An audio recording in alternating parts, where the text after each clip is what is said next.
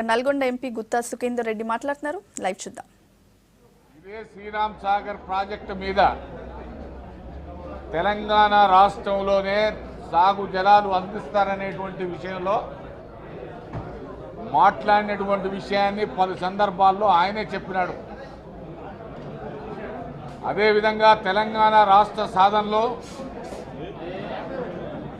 Parliament సభ్యునిగా Congress parliament సభ్యులందరం ఇద్దరే TRS ఎంపీలున్న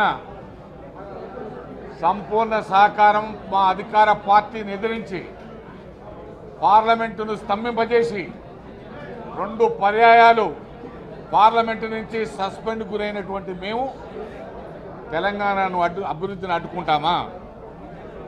Telangana అభివృద్ధి ధ్యేయంగా తెలంగాణ ప్రజల ఆకాంక్ష నెరవేర్చాలనేటువంటి ఒక సదుద్దేశంతోనే కాంగ్రెస్ పార్టీ సోనియా గాంధీ గారు తెలంగాణను ఇచ్చినారు.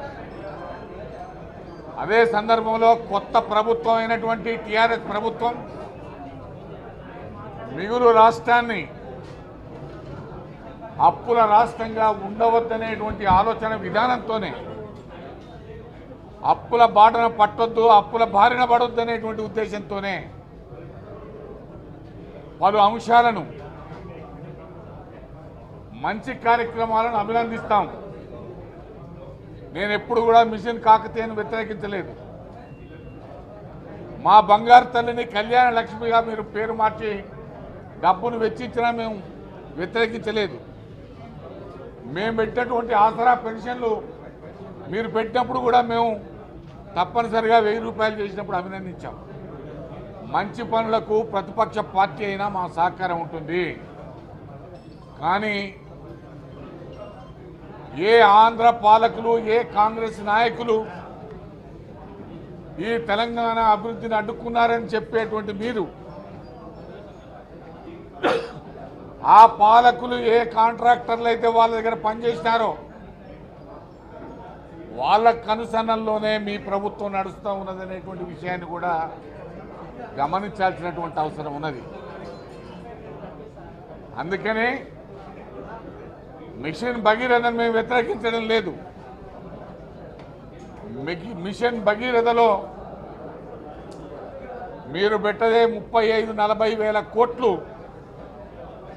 ఇప్పటికే 250 కాంప్రహెన్సివ్ వాటర్ స్కీమ్లు తెలంగాణ రాష్ట్రంలో 10 జిల్లాల్లో జరుగుతూ ఉన్నాయి.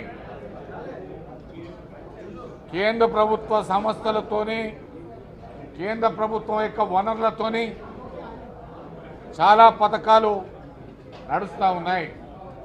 అవి ఒకవైపు నడుస్తూ ఉండగానే మళ్ళా 35-40 వేల కోట్లతో ఈ స్కీములు తీసుకున్నప్పుడు వాటి ఎస్టిమేట్ల ప్రిపరేషన్లో చాలా అవకతవకలు జరిగినాయి. కాబట్టి రుణాలు ఇచ్చేటువంటి సంస్థలు కానీ, అదేవిధంగా కేంద్ర ప్రభుత్వం కానీ మీరు ఈ రుణాలు ఇచ్చేటప్పుడు వాటి ఎస్టిమేట్లను మీరు పరిశీలించండి. ఎందుకంటే 5,000 కిలోమీటర్ల ట్రంక్ లైన్ ఉంది మిషన్ భగీరథలో, 50,000 కిలోమీటర్లు పైప్ లైన్లు ఉన్నాయి. ఇవన్నీ స్టీల్ పైప్ లైన్లు కూడా ఉన్నాయి. రాష్ట్ర ప్రభుత్వమే జాతీయ అంతర్జాతీయ స్థాయిలో పైపుల టెండర్లు పిలిచి మీరు తక్కువ ధరకు కొని, ఎందుకంటే గత 2 సంవత్సరాలుగా స్టీల్ ధరలు విపరీతంగా 50% పడిపోయినాయి. అటువంటప్పుడు మీరు పెట్టినటువంటి మిషన్ భగీరథలో 10,000 కోట్ల రూపాయలు ఆదా చేసుకునేటువంటి అవకాశం ఉన్నది. ఎస్టిమేట్ ప్రిపరేషన్లో కానీ ఆఖరికి ఎటువంటి పరిస్థితి వచ్చిందంటే కాంట్రాక్టర్ల కనుసన్నల్లోనే ఎస్టిమేట్లు ప్రిపేర్ అయ్యి వాళ్ళకే 60% పనులు వచ్చేటువంటి పరిస్థితి ఉన్నది. ఇది నేను చెప్పాల్సిన అవసరం లేదు. డిపార్ట్మెంట్లో మీరు చూడండి, ఆర్టీఐ చట్టంలో వచ్చిన ప్యాకేజీలు ఎవరెవరికి వచ్చినాయి, ఎవరెవరికి ఎన్ని వేల కోట్ల పనులు వచ్చినాయి మీకు స్పష్టంగా అర్థమవుతుంది. కాబట్టి ఇప్పటికైనా ప్రభుత్వం ఈ పద్ధతుల్లో వివరించకుండా ప్రశ్నించే వాళ్ళ మీద అటాక్స్ చేయకుండా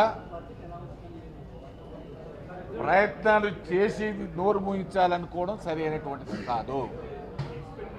కాంగ్రెస్ పార్టీ కానీ తెలంగాణ ప్రజలు కోరుకున్నది ప్రజాస్వామ్య తెలంగాణ.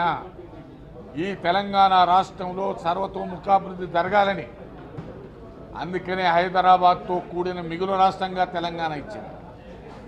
తెలంగాణ ఇచ్చిన కాంగ్రెస్ పార్టీ గత పాలకుల పేరు మీద చెప్పేసి కాంగ్రెస్ పార్టీని అటాక్ చేసేటువంటి పద్ధతి చాలా దౌర్భాగ్యమైనటువంటి విషయం. కాంగ్రెస్ తెలంగాణ ఇవ్వకపోతే వాళ్ళ టీఆర్ఎస్ ఎక్కడిది, కేసీఆర్ ఎక్కడిది, ముఖ్యమంత్రి ఎక్కడిది, నీ మిషన్ భగీరథ ఎక్కడిది, మిషన్ కాకతీయ ఎక్కడిది? మేము అన్నీ చేశాం కదా.